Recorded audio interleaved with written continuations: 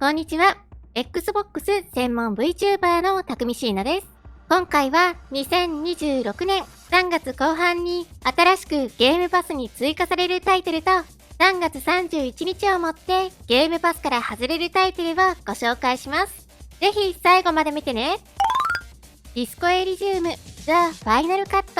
3月19日からゲームパスに対応します。記憶喪失の刑事として事件の謎を解いていくテーブルトーク RPG です。RPG といえどもバトルの要素はなく、怪しげな場所を調べたり人物との会話によって情報を集めながら進めていくような作品となっています。重厚なストーリーと自由度の高いゲーム性が魅力の今作、気になる方はぜひ触ってみてはいかがでしょうか。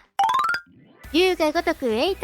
3月24日からゲームパスに対応します。先月、8外伝がゲームパスに追加されましたが、追いかける形で前作となる8も対応する形となりましたね。今作8は、セブンからの主人公である春日一番と、シリーズおなじみの桐生一馬のダブル主人公という形式になっていて、戦闘システムはセブンと同様、ターン制のコマンドバトルとなっています。とはいえ、ある程度は自由に動けたり、仲間と連携ができたりなど、セブンよりも戦略性がアップしているのが特徴です。また、ガチャピンやムックたちと協力し、ゴミだらけの島をリゾート地に育てていくモード、どんどこ島も収録。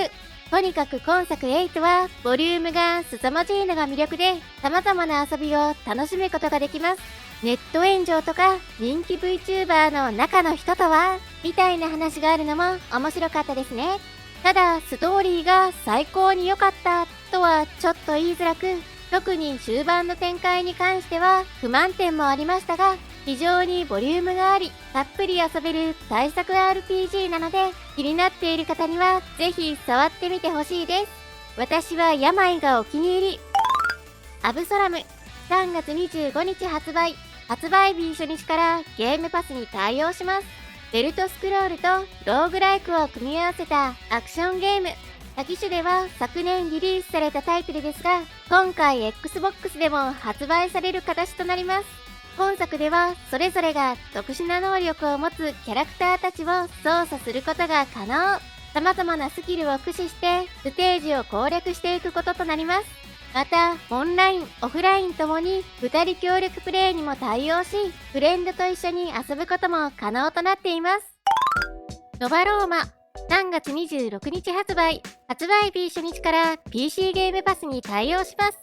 衰退と崩壊に向かうローマを舞台にした都市建設シミュレーションゲームです。本作では小さな村を大きな帝国へ育て上げ、ゆくゆくは新たなるローマを築いていくことに。特に水のコントロールが重要で、ダムを作って水を溜めたり、流れをうまく作って分配できる環境を整えていくことが大事なんだとか。また、食料の供給や交易、工学技術を使った都市建設の他にも、海賊や侵略者との戦闘の要素も存在するとのことです。なお、今作は発売時点ではゲームプレビュー版として PC のみでリリースされます。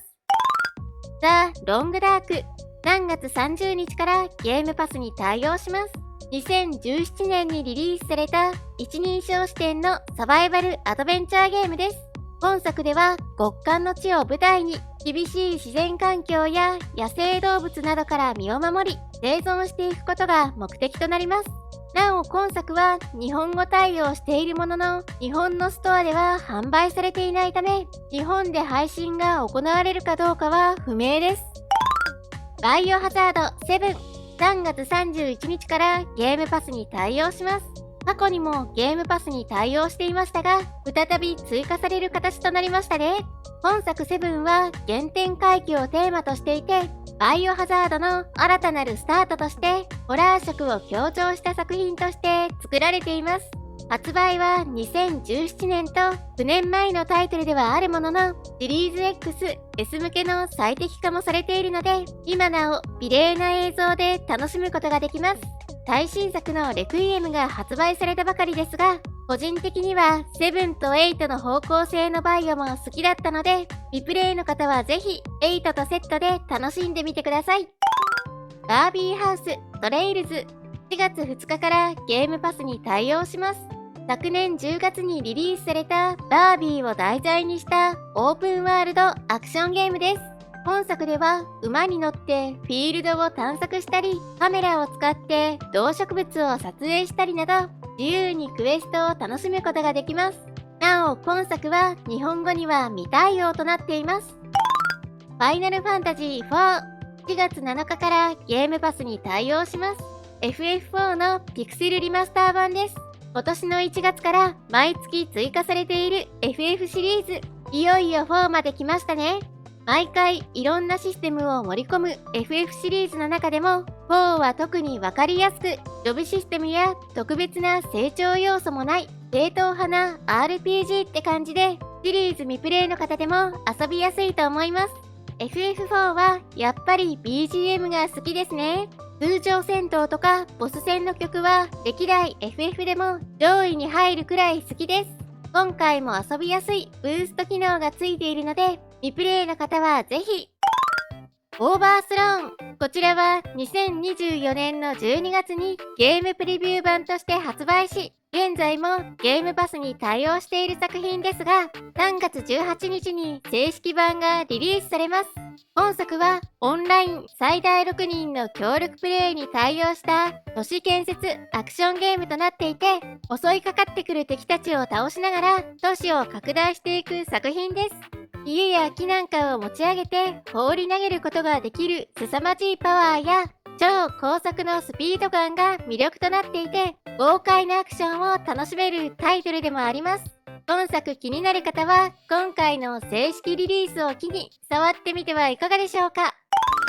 さらにサウスオブミッドナイトとオルターズが3月18日から、そしてクレールオブスキュールエクスペディション33が4月2日から新たにゲームパスプレミアムに対応します。クレールオブスキュールエクスペディション33は皆様の投票で昨年のゲームパスタイトル第1位に選出された作品です。プレミアム会員でまだ未プレイの方は今回を機に触ってみてはいかがでしょうか。